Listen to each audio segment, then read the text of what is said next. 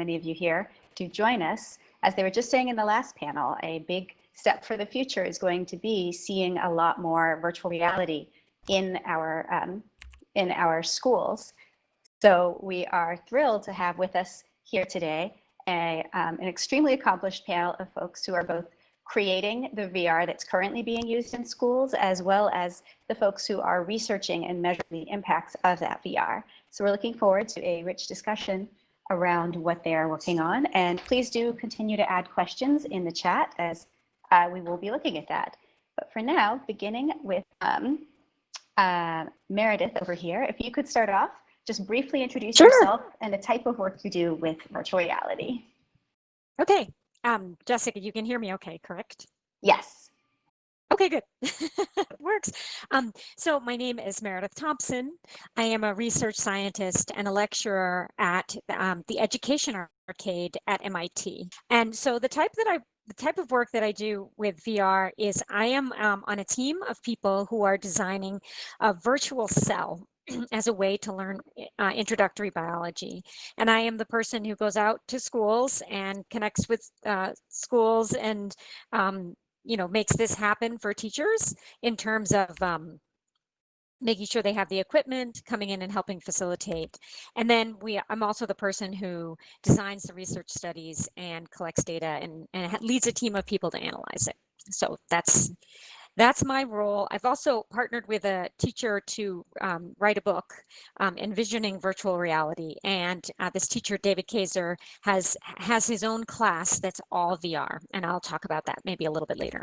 But yeah, I'm really happy to be here. Thanks for having me. Great. I'm seeing in the chat that people are not able to hear.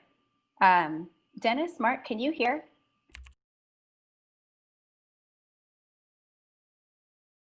Okay, were you able to hear Meredith? Oh, okay, now people can seem to be able to. Some folks in the chat were saying they couldn't hear anything, but now people are saying that they could hear her. But some...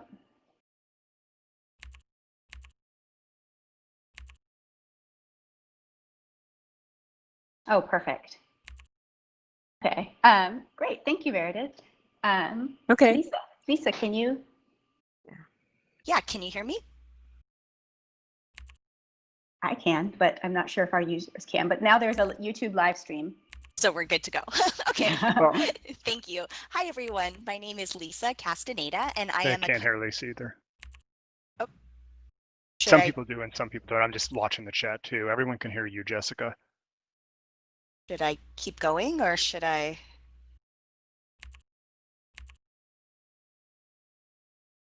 Pause for 1 second here, I think, to see if. Okay.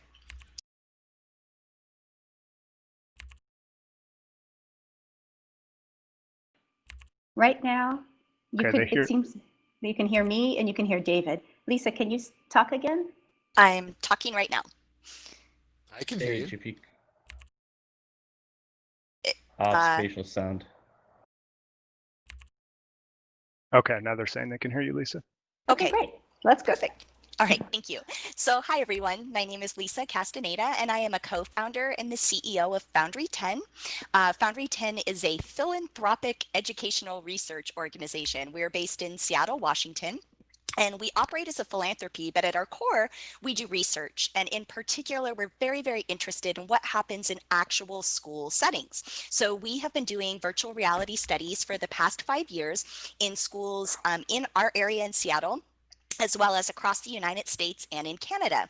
And we've looked at things like what implementation, classroom management, just basic kind of getting things set up for high school and middle school students, as well as expanding that work to look at things like equity and access in the classroom, students as content creators, as well as assessment of learning. And that's something I'm really, really interested to talk about today through examples, because we're really intrigued by, there's a lot of benefits to bringing virtual reality into the classroom setting, but having teachers able to assess the knowledge that students might be gaining from their experiences is really, really important. So we actually did a case study this past year looking at students' experiences and teachers' experiences of trying to assess learning and gather evidence of learning from experience in virtual reality. So Foundry 10 does a huge array of projects and programs programs, some in technology, some in traditional classroom subject areas, and some in the arts. But today I will primarily be speaking about our research in VR. Perfect. David, can you introduce yourself next, please? Sure. Hi, I'm David Langenden. I'm the founder and president of Electric Fun Stuff. We started up in 1998. We're a design and development house, and we aim to bring the game design principles and practice to products and educational outcomes. A big part of our process is working with subject matter experts, because we've long since learned that every subject is unique and one size does not fit all in terms of interactions and approaches. So we work closely with the subject matter experts. We learn from them, we teach them about game design, and then we sort of custom create the kind of interaction patterns we think are going to be most effective. A decent part of our practice focuses on history games. We make a pretty popular series for the middle school classroom called Mission US, and I'll talk more about bringing that experience into virtual reality as we go forward. Perfect. Brooke, can you go next? And if you're not speaking, then please mute yourself. Yes, I can go. So hi, everyone.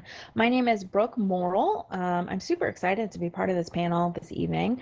I am the Director of Education at Schell Games. We are a full-service game design and development company located in Pittsburgh, Pennsylvania. We've been around since 2002, so it's been a little while. We are a large independent game studio, and we actually specialize in both entertainment-focused games and educational games. So we purposefully aim for about a 50-50 split because we enjoy the challenges and rewards that come frankly with both types of work, and doing work on educational games improves our work on entertainment games and vice versa. So it's a really fun mix. We have had the privilege of working on a wide variety of projects with a wide variety of clients, and have been platform agnostic. So we actually work on all sorts of different types of tech. We tend to focus on 4 main content areas though, and that includes theme parks and museums, education, health, and home gaming. But actually some of our most successful and critically acclaimed games and experiences within these categories are virtual reality titles. So not only is it a studio passion and expertise, but our CEO, Jesse, headed up virtual reality efforts at Disney Imagineering for quite some time prior to founding the studio. So he's been passionate about VR and its incredible capabilities for quite some time. Our studio mission is to make experiences that we're proud of with people that we like so that we can make the world a better place. And we're super excited to be doing that with technologies like VR. Awesome. And just so you know, you have a lot of Pittsburgh fans here in the chat. Yeah, I do. Thanks, guys. Dan, if you're able to hear us and hopefully speak, can you introduce yourself? Yeah, I can hear you. Hooray, yes. Amazing. Wow, what's so hello everybody. I'm Dan White, I'm the CEO of Filament. Learning game developer. And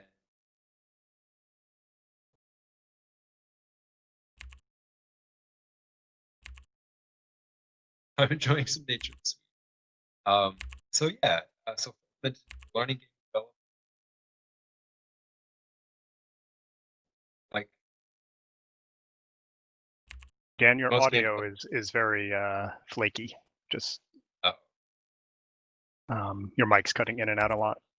Is it at all better if I that's a lot better. Really close? That's okay. way better, yeah. Yeah, way better. All right. Closer. I'm sitting here really intimate with my laptop here. Okay. Yeah, so like any game developer, we spend a lot of time and energy thinking about how to make it possible game, but then like learning game developers also focus a lot of time on what happens to the player after. How have we changed them in some way and ideally positive?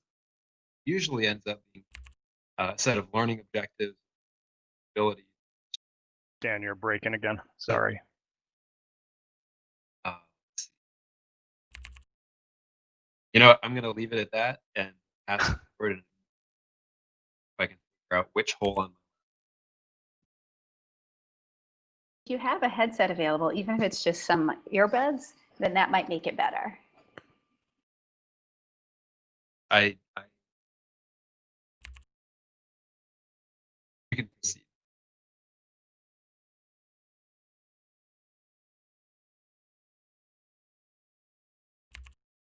You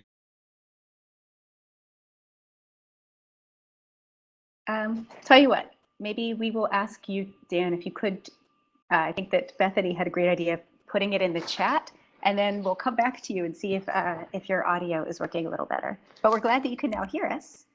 So we will hopefully have that better. Oh, and I'm going to now begin to ask you all about what your newest project or research related to in-class VR is. And Meredith, when you go, could you also do another quick intro again, because there were some people who couldn't quite hear you that first time. Okay, I want to make sure, can you hear me now? I can hear you. I'm hoping the people in the Okay. audience can. Okay. I went through and turned up my mic in every settings I could find. I'll go ahead and reintroduce myself briefly, but then Jessica, remind me, what was the question you want? What was the prompt? I want to hear more about your newest project and research that you've been doing with the cell.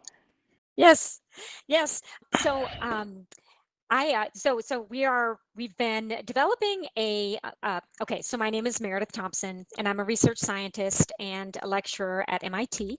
I work with Eric Klopfer in the Education Arcade, and we have been developing a virtual reality cell so that you can learn about cellular biology by actually being inside a cell and navigating around, learning that it's a spatial it's a spatial place. And one of the things that we've did this year, so what have we learned along the way? One thing that we've learned is that working with subject matter experts is great. We had a great, we had an environment. We even went in and made sure all the organelles were the right relative sizes to each other. And then there was a breakthrough, and they found that the cystic fibrosis, which is kind of the central disease the cell has in the game, had a totally new cell that was responsible for cystic fibrosis. And so we had to totally redo the environment. And so one of the things we learned is that it's labor intensive. It's still right now labor intensive to create in VR. And so that's it's the good thing about working with subject matter experts is that we are able to we learn a lot as well, but the challenging things is if you really say, okay, we're going to try to be authentic, pick a field other than biology. Because biology is moving in a rapid pace. There's just there's a lot going on. Now that said, I love the topic, and I think we're having a lot of fun taking this and going out to high schools. We did a research study with 2 high schools, one Somerville High School, which is an urban school right outside of Boston in a city called Somerville, and another school, school called Greater Lawrence Technical School, which is a vocational school up in Lawrence, Massachusetts. And again, another city. A lot of African-American, Hispanic in Somerville, and the Greater Lawrence Technical School is like 80% Hispanic. And so, a range of students saw this and played this game. And one of the things that we learned was that this is the first or second time that many of these kids had been in VR. So if you're going out and, we're kind of the first wave of people using VR, many people, the novelty of the VR is still very real. It's prime. That said, I do think that it will go beyond the novelty effect. I do think that there are some very long-lasting and impactful ways that VR can help people learn. And so my second thing that I learned was the vocational students would after we would do a short interview with them, and they would say, I really felt like that was hands-on. So what the VR is allowing them to do is taking a virtual, taking something that is tiny, something that you can never go in, something that's very abstract. We've all learned about cells. It kind of looks like lots of blobs in a bigger blob, and actually making it so that you feel like you're interacting with the material in a new way. So I think I'll leave it at that. And yeah, and it's been super fun. We're writing a manuscript right now that's due next week, actually for the special issue that's associated with iRLN, and so I will have more to tell you about next week. But I'll leave it at that. That was great, and I know that the work that you're doing on that project has been incredibly interesting and led to a lot of fun things I'm excited to see for next week. Lisa, will you tell us a little more about what your research has shown? Absolutely. So one of the things that we noticed when looking at the literature for VR is a lot of it is done with college age students, and bringing in undergrads or graduate students to look at that research and study it is great, and we're learning a lot about how simulations can help people learn, but we were much more interested in what actually happened with like middle school, high school students, even elementary students using things like Google Cardboard, because the age groups in those classrooms, adolescents, tend to have a lot of confounding variables, a lot of things going on that really make it a contrast to what can go on when you're working with older students. And so we recognize that when teachers are looking at technology, they have many choices for tools that they want to use in a classroom setting. So what we were interested in starting to flesh apart was, why were teachers choosing to use virtual reality? What were they hoping it would bring to their classrooms, and did it?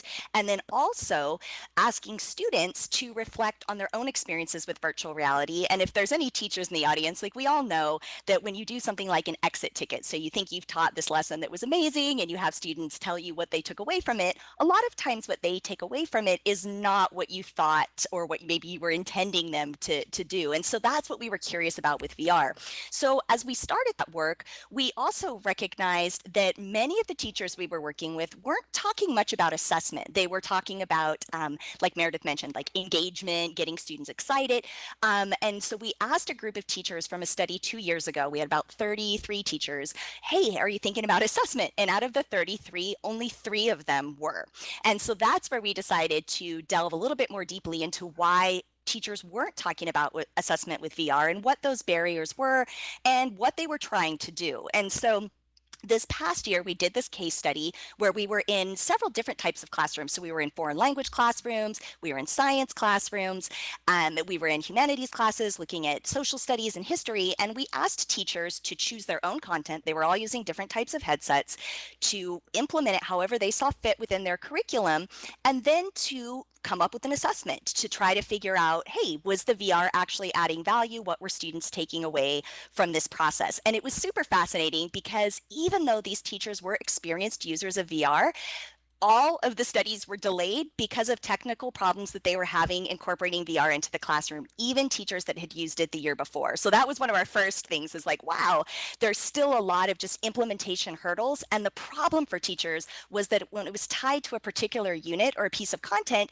the year kept moving. And like in sequential classes like foreign language or biology, if they couldn't get the technology to work during that unit, then that unit passed and they now had to find new content and new ways to integrate the VR. So that was a challenge for teachers.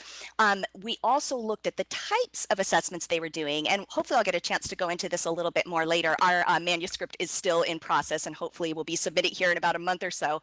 But what we found was that a lot of times using traditional types of assessments, so like multiple choice or like state assessments, didn't provide students much of an opportunity to showcase the things that they found most valuable about VR.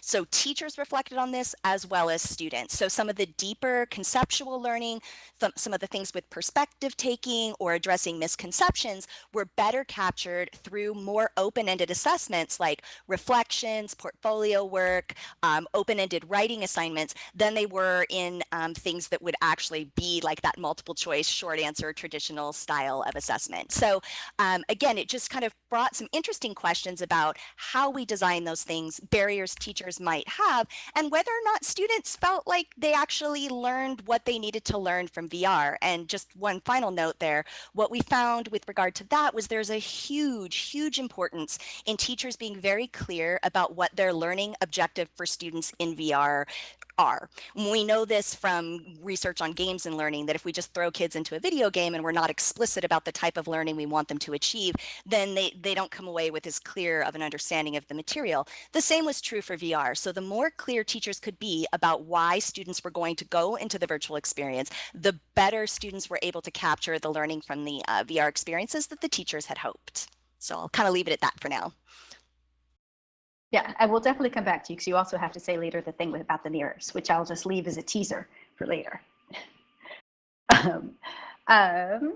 And moving over to David, will you tell us what your newest project is for in-class VR? Yeah, we just finished, we were actually funded by the Department of Education, Institute of Educational Sciences, to develop a new VR experience. And it's sort of, I mentioned before, we were the developers of a game called Mission US for middle school. And so we wanted to take our experiences in American history and our approach to teaching history and bring it both to a new audience and the new technology. We knew we couldn't recreate the kind of sort of immersive adventure role-playing game experience we had in VR, nor would we want to. So we were really trying to find a place where we thought VR could be most impactful because of its affordances, which is a question that often comes up. Why not just do it as a computer game or another tech? And so we settled on high school American history to up the age level and the kind of content we could deliver. And doing the research, we found that document-based instruction is a very common approach at those grades. But in the research, it shows that students, and maybe students always will struggle with this, really struggle with sourcing, like who wrote it and why, and the contextualization of these documents. So if you're looking at some letter written in the the 1770s, kids tend to read that with a more presentist point of view and not understanding what the author was trying to accomplish, nor the forces that were from the time and place that were influencing them. So we thought that we could design something for kids to go back into a more contextualized space, like time travel to whatever in VR. But by exploring these rooms, and we created this concept of mind melding with people, the animation budget in terms of technical overhead budget and not melting the VR headsets with high resolution 3D models proved that it was a lot better to keep them static. So we did. And then so since you couldn't talk to them, you got to sort of mind meld and listen into what they were thinking. So you go through a series of experiences. You have this director, Wells, who's sort of, you're an agent. I'm not going to get into all the details in this futuristic agency going back in time, but she models best historical thinking and practices sort of in your ear as you're going, asking thoughtful questions, asking you to reflect on things. And it's about a 20 to 25 minute experience. In each one, we have 2 of them now, focuses on a specific point in history, but what we're really trying to teach are historical thinking skills and that sort of contextualization, that sourcing, historical empathy. There's some nice work on multi-causation and having students, regardless of the specific time and place, come away with better historical thinking skills, if not better historical knowledge for that time and place. We just finished that phase 2 for that grant from the Department of Education. We've done some initial research. It's not high powered, but I'm not a researcher myself. Maybe my colleagues to my right can comment something. But we got a medium-sized effect on all of those things. It was actually a pretty impressive move in terms of how they analyze documents in an independent document versus what they did before, what the control group did. So we're pleased with that initial research, and we're going to keep exploring the space. It's been very promising, and I'm looking forward to talking a little bit more about our specific lessons learned in classroom implementation in VR, which I think is the next question. Yes, it is. And Brooke, will you tell us a little bit about your newest the newest project coming out of Schell Games? Absolutely. So it will sound similar to David's because it is both a history project and funded by IES at the U.S. Department of Education, but it is a little bit different. So I'm excited to kind of compare and contrast the different experiences. So what I'll talk about is called History Maker VR. It's our newest educational endeavor at the studio, in which we're basically allowing students to use the VR technology to embody historical figures so that they can create recordings or live stream shows so that they can be their own history, right? So really the inspiration from this echoes the idea of the modern day equivalent of, putting on a stovepipe hat and a fake beard and getting up in front of your class and pretending to be Abraham Lincoln, which I know I remember doing. I don't know if anybody else does, but instead of having to do that, students can put on a VR headset and select one of 8 diverse characters that we have in the game. They're all from US history, but then they upload a script or notes that they've created outside of the game, hopefully using primary sources, and they can see those notes and have access to them in the in-headset teleprompter that we created. Then they create their stage, grab some props, and essentially record a show. So basically the show can be anything they want as long as it fits into whatever assignment the teacher has given. Personally, if I were a teacher, I would give bonus points for, musical interpretations, but that's just my personal preference.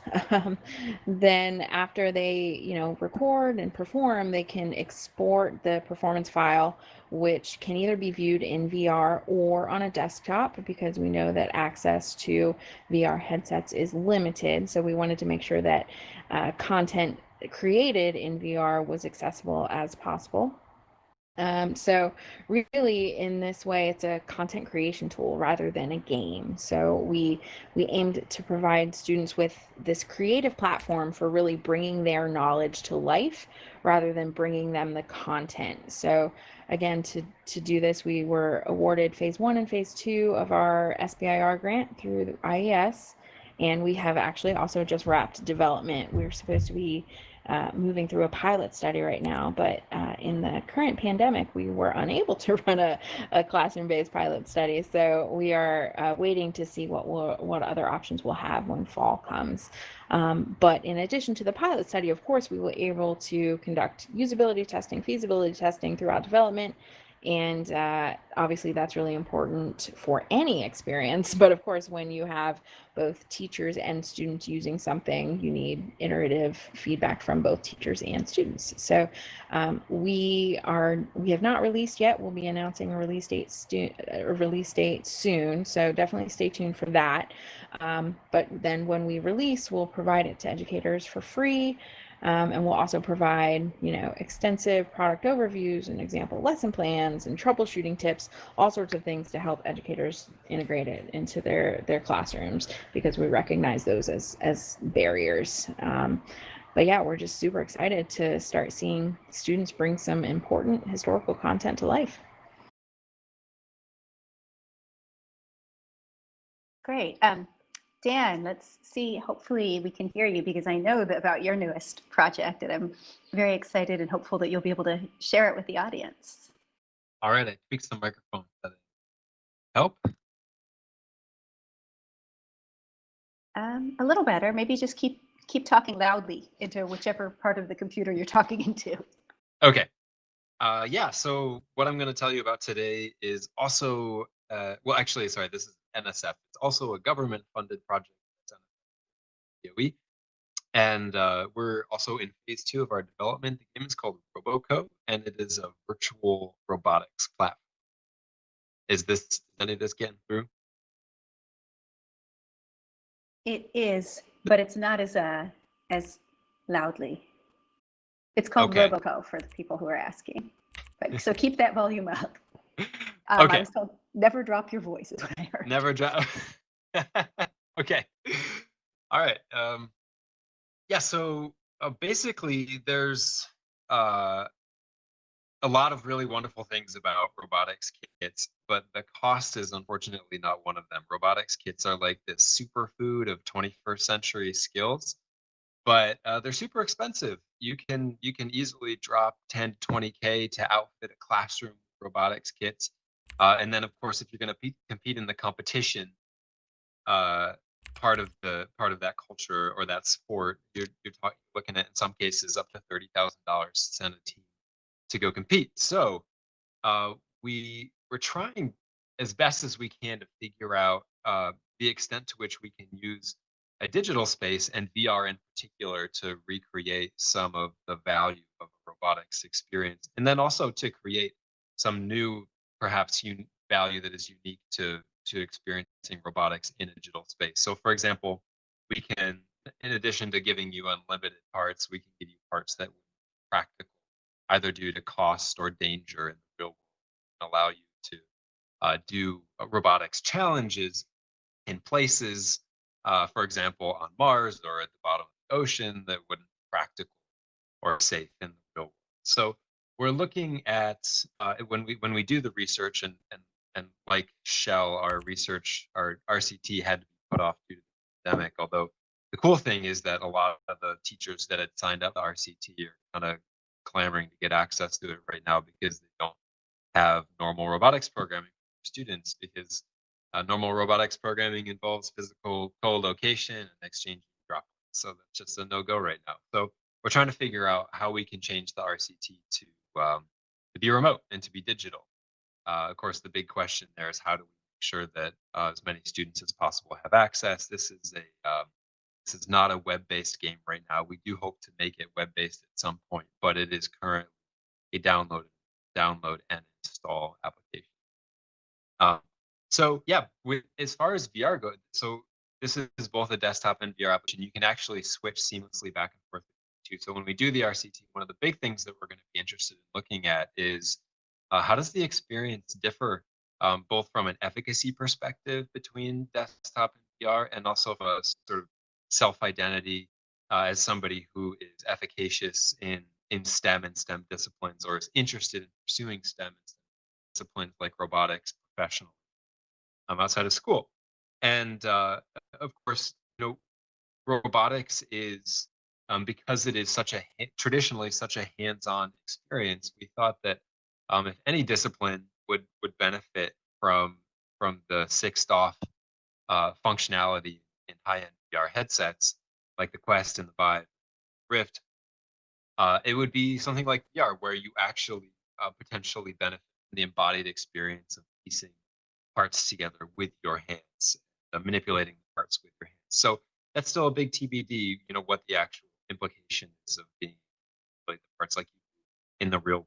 But I think one of our hopes is to answer this question of if students, like what part of the hands-on experience is actually valuable, because there's a lot of the hands-on experience with traditional robotics is time consuming, but not necessarily high value. So for example, like, messing around with a fiddly screw or something like that, it's difficult to get in a certain spot, right? Like the student's not super mentally engaged with engineering concepts or thinking when they're doing that, even though a lot of people might argue that that is an important part of the robotics process. So that's a question that we're sort of looking at with this. But yeah, long story short is a digital robotics platform where we're trying to lower costs and increase scalability for delivering all the wonderful 21st century skills that come with robotics education to students without the cost and logistical complexity. Perfect. And your speaking worked out really well that time. So let's keep doing exactly what you did right then. Okay. So now I'm going to start back over here, and I'm going to ask you to share some of the lessons that you've learned, either about for our researchers from researching within schools, or from our developers from developing the VR. Let's start back over here with Meredith. Okay. So it's just, we had actually met before Jessica brought us all together beforehand, and I'm taking notes. I'm so interested in what my fellow panelists are doing. I think it's really exciting. we're at a point where the cost of the headsets is coming down enough so that people are actually paying attention to VR. And so the things that that we've learned are that there's interest, but part of the interest is, I think part of the reason that teachers are a little hesitant is just that when you're thinking about, and you have a classroom, you have 25 students or 30 or even 16 in front of you, you're simultaneously managing multiple levels of complexity. You have, you know, some stuff that you want to communicate. You want students to be able to engage. And, you know, quite frankly, doing that and being support for kids in VR is super challenging. In fact, some people think, you know, how is that even possible? So one of the things that I've learned, I partnered with a teacher in Barberton, Ohio named David Gizer, and David and I basically wrote a book called Envisioning Virtual Reality. It's a toolkit. It's how do teachers go from, hey, I'm really interested in this, to let's either deciding what their learning objectives are, deciding how many headsets they want, to deciding who's going to keep track of them. And David has done this. He, a few years ago, raised like $24,000 and outfitted a whole lab with VR equipment. And what he does is he has his 11th and 12th grade students. These are STEM technology students. They go out and they look for online. They look for apps and educational type VR experiences. Then they have come up with a rating system and they rate them, and then they share them with teachers. So they're curating resources from across the web. And then if a teacher is interested, they will, the students, the high school students will work with the teacher. The high school students will bring the equipment to the class and help facilitate that lesson. So when you think about that, it's a really interesting learning experience for the high school students who are helping. It's a very clear kind of project-based learning where the project that they're doing is really learning how to support students and support teachers and to rate, to look at lots of different resources and figure out what's good about them, to create rating scales. It's just a really neat idea. And I think that that sort of idea, and again, I can put it in the chat. I'll put the link to the book. You can download it for free. It's in the ETC Press, and it's called Envisioning Virtual Reality. And I'll put the link in here, so feel free to download it if you'd like. But this idea that if we're going to have VR in classrooms, we need to also think about how to make it doable, how to make it manageable for educators. And there are interesting ideas out there. So, I feel like we are at a tipping point, and the thing that I'm so glad to hear about with this panel is that we're having kids think about and doing what historians would do. We're having kids make and create in VR. We're giving kids opportunities to do robotics and things that are too expensive, but able to do it and do it in a hands-on way. We're able to do things like time travel. Like these examples that the panelists have provided are amazing educational resources, and there haven't been a ton of educational resources in VR. So I think that coming together with technology and also these resources that are available bring us to a point where it could really, we could see a lot of adoption in VR. That's fantastic, and I agree. I think that we're at an incredibly important time where, as someone was saying in here, you know, the tech is evolving too fast for any one person to keep up with, and we're all working simultaneously on similar projects. So it's fantastic to see everyone kind of coming together to share. Lisa, will you tell us a little bit about some of the lessons that you've learned while Absolutely. Yeah. So I definitely want to agree with Meredith about like students helping students, because one of the things that's challenging for teachers in our studies is finding content that works well for their classrooms. And inevitably, there are going to be students that are just super stoked about bringing VR into their classrooms, and they are more than happy to help find content for teachers and work with other students to help support the learning. So that's been a really cool thing to see. One thing that's not been quite as cool for us to see has to do with access and equity. So one of the things that's been real popular in many of the classrooms that we have been studying is kind of an open space to use technology. So students might choose to do VR as an experience, or they might choose to do something else. It could be a station model, could just be a project-based model where students can select it. And what we heard from teachers was that, you know, VR is available to everyone. Everyone knows that they can use it.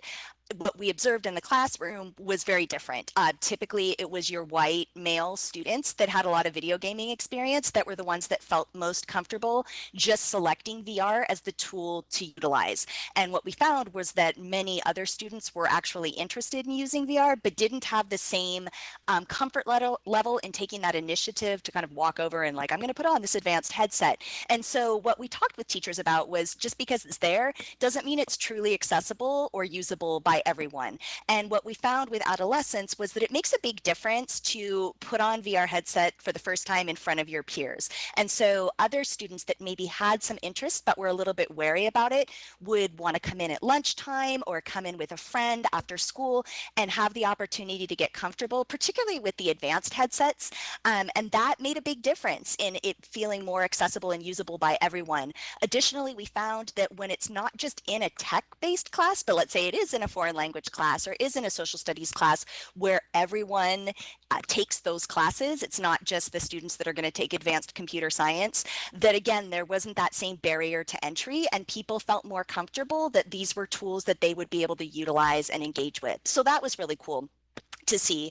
And then what Jessica was referencing is funny. I mean, I hate to even say it because it seems so goofy, but what we found was that teenagers are very self-conscious of how they look when they take off the VR headsets.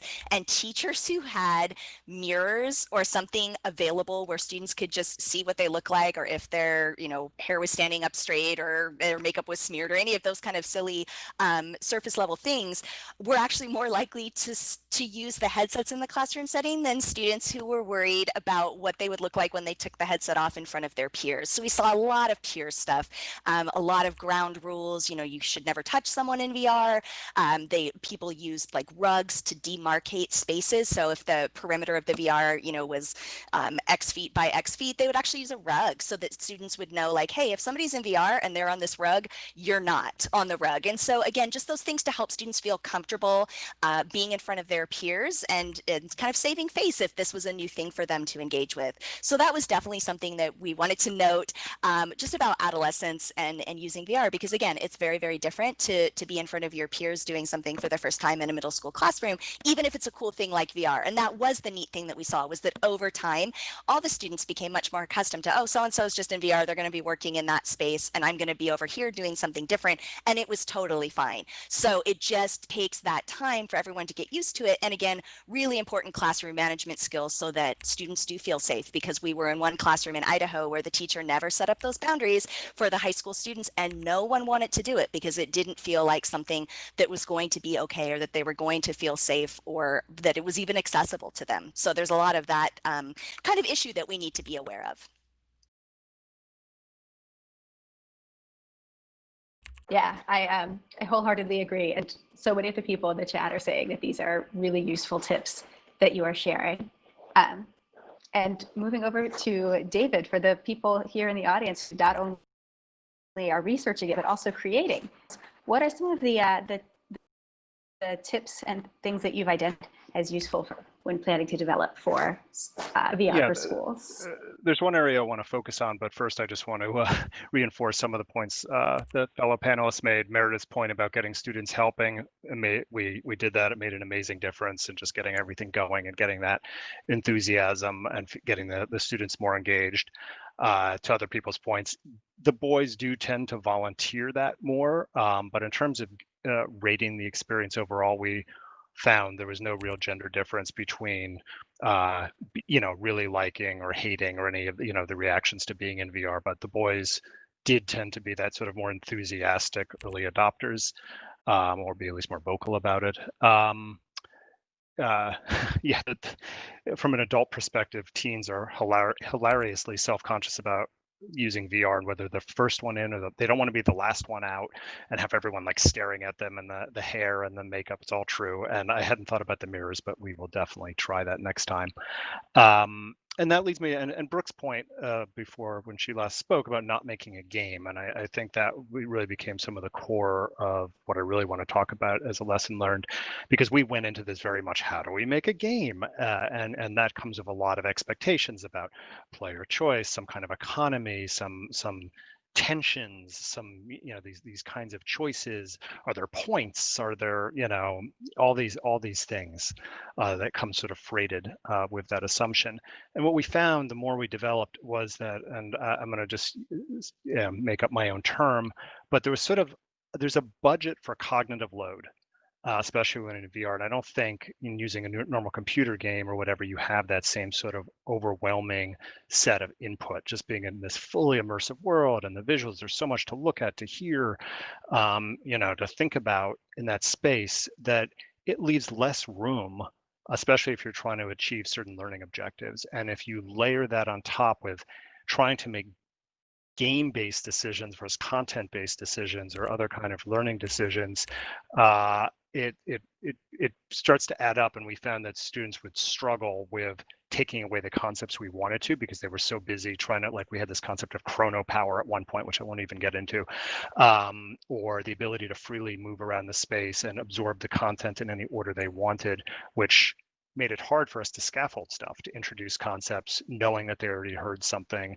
And so ultimately, we went with an approach in the design to have it be more of a, not a rail exactly, I don't want to use that term too negatively, but more of a step-by-step approach where they did have choice about how much to explore and how much to complete and how much to probe further and which areas they wanted to probe on. And there was definitely some choice within that. But once we stripped out all the quote unquote game overhead, we had the concept and the conceit that you're this agency and traveling back for this fictional futuristic government agency called CARPA, which is like DARPA with a C, excuse me.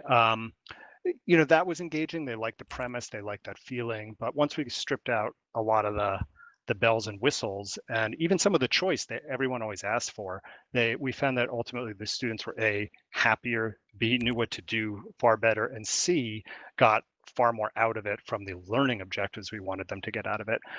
We still had, some carping around the edges of how come the people aren't animating, or how come I don't have more choice. I mean, you're always going to get a certain amount of that.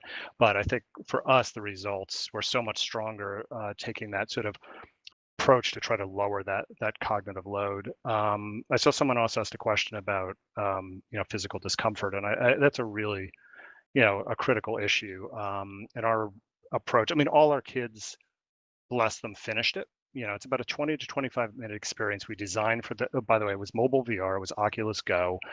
We didn't want 20, 25, 30 kids crashing around each other in a single classroom. So we wanted them seated, and we wanted them, sort of focus in that way. That was an early decision. Another thing we also did for cognitive load is we cut the view to 165 degrees. We start with 360, so you can look at sort of the CARPA lab, which is sort of this futuristic Star Wars-ish kind of place. And all the students are always amazed when they go in there, like, I'm in Star Wars. But we quickly sort of narrow the view to pretty much what's sort of in front of you and a little bit to the side, because there's no reason to put something all the way behind someone. A, they don't have swivel seats usually, and you don't want them like spinning around. And B, it takes time. And time is such a precious commodity in the classroom, as everyone here knows. So we wanted the experience to really be 20 to 25 minutes. That also pushed against having total freedom to do whatever you want. So it was just a lot of design decisions went through this lens of what I'm calling sort of this cognitive load budget, but also the time budget, and making sure that a teacher could reliably know that their class would get through this in one period. If they had a block period and they only had, one device for every 2 kids. They could do them both in a block, or day 1, group A, day 2, group B, that kind of thing. So all of that went into our thinking and trying to tighten that up. And on the physical discomfort, and that'll be my last point. Yeah, we had about 10 to 15% of users expressed some beyond very minor stuff. So I'm talking anything that would be rated moderate or even sometimes severe, though I don't, no one seemed to be too discomfited. But there were definitely some kids who would not want to do it again, or would not want to use this as a primary or important matter of like receiving content. And I know Dan will talk about this, having both the PC VR, or sort of the lightweight VR on your computer screen versus being in a headset, and those sort of options seem to be really important if you want to address equity through the lens of people having discomfort. There are other, of course, equity and access issues, but in terms of that one, you probably do need an alternative, or at least something else that a student can reliably do if they don't like the VR experience. I'll pause there. And Brooke, can you share some of the lessons learned from Schell games? Yeah, absolutely. So I'll echo what we've heard as a pattern, that VR is becoming more and more accessible, but we're not quite at the one-to-one headset situation that I think a lot of people would like. But frankly, I can't imagine a whole classroom full of middle school students all in VR at the same time. It seems like crazy. But anyway, we do see lack of equipment access as a huge barrier to address, so we always make sure to design for a variety of classroom situations. So we think through the experience, whether it's being used in a small group setting, or an even smaller after school setting, or is it live in the classroom with one student in VR and everyone else watching, which is rough, right? Because students who have nothing to do are not likely to be super helpful in keeping the lesson going. So that's not great. So we always want to make sure that we either focus on the primary use case and communicate that clearly, or design for multiple use cases. Both are totally viable, but they're definitely decisions that need to be made early on and planned for. So as I mentioned earlier, we also provide really pretty extensive yet easy to understand product overviews and example lesson plans, because as much as we would love for teachers to know the experience like the back of their hand and spend hours getting familiar with it, we understand that is very unlikely to happen, because there's simply not time for that. Time is a precious commodity in the classroom, so we want to decrease that barrier. I'll echo the mirror comments. We've seen a lot of that, and hygiene is something I was going to bring up, but I saw that being talked about in the chat, especially in the pandemic. Hygiene and having different students use the same headset is going to be an issue, so protocols have to be followed. I think the biggest departure from previous work that we've done with History Maker VR that I can highlight because of a lesson learned is something that we learned through a game we developed called HoloLab Champions. So HoloLab Champions is an immersive VR chemistry lab game show that we actually also developed thanks to an IES SBIR grant. The game focuses on basic lab skills and safety and it allows students to move through sort of progressively more difficult challenges, just like you would in a lab, right? You would start with something simple and move to something more complex. But because it's immersive VR, they're scooping, they're pouring, they're following lab procedures, they're using Bunsen burners, they're breaking things, because you can do that, and it is pretty satisfying. But anyway, this is almost the opposite of what I was talking about before with History Maker. So it's a very content heavy experience with a very narrow focus, and that's important. We knew what we wanted to teach and we went hard and we taught that. However, when the content is very focused, the use case is very focused. So as was mentioned earlier, if there are technical difficulties and the unit for teaching this particular concept passes, then the teacher has to move on and find something else. So we wanted to make sure that we were trying to think through a wider a wider use case and have a more flexible tool, which is why we made, some of the decisions that we made. But I know we are running out of time and I want Dan to be able to talk, so I will stop there.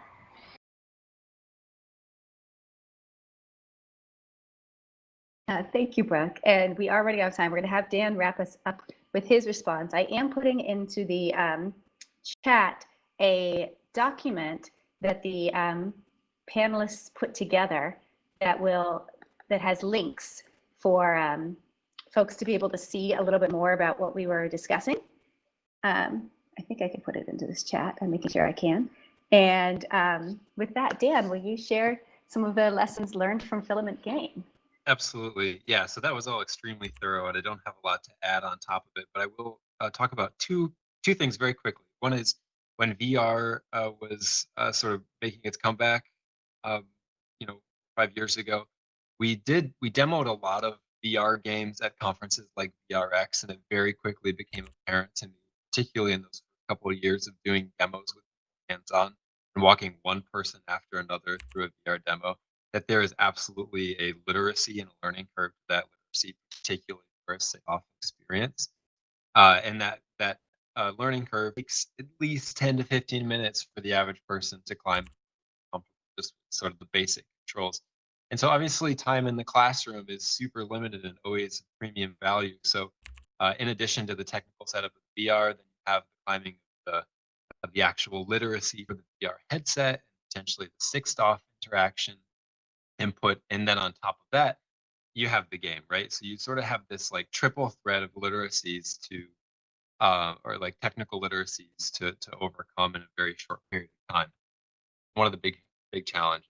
I guess the other thing that I wanted to mention is that was a big lesson for us early on. I think from our previous discussion was a lesson for some of the other developers as well. It's just the importance of thinking through where things are physically in the space, so that they're not constantly behind the player.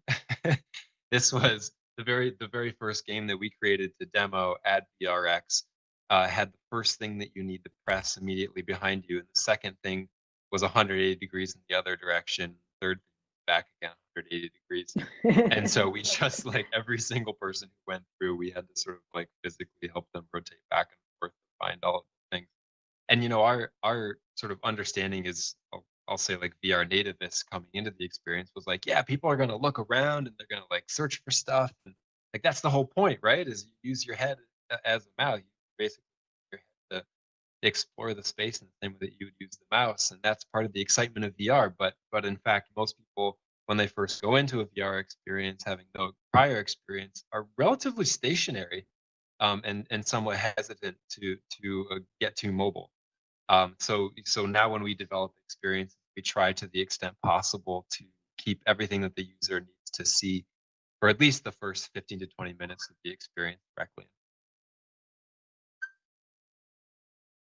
That's awesome. Well, we are out of time, but I want to thank all of these incredibly fascinating people for sharing what they're currently working on and what they have learned. And if we can, please give them a hand. I believe it is F4. Clap for them all. And then I will turn this back over to you, Mark. And thank you so much, Mark and Jonathan, for letting us have this panel.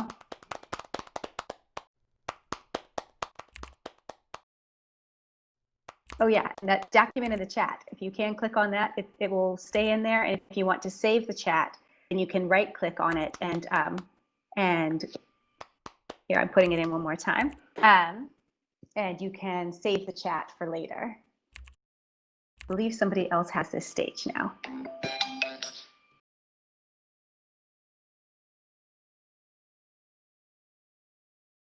Mark, Heather, is somebody taking over the stage?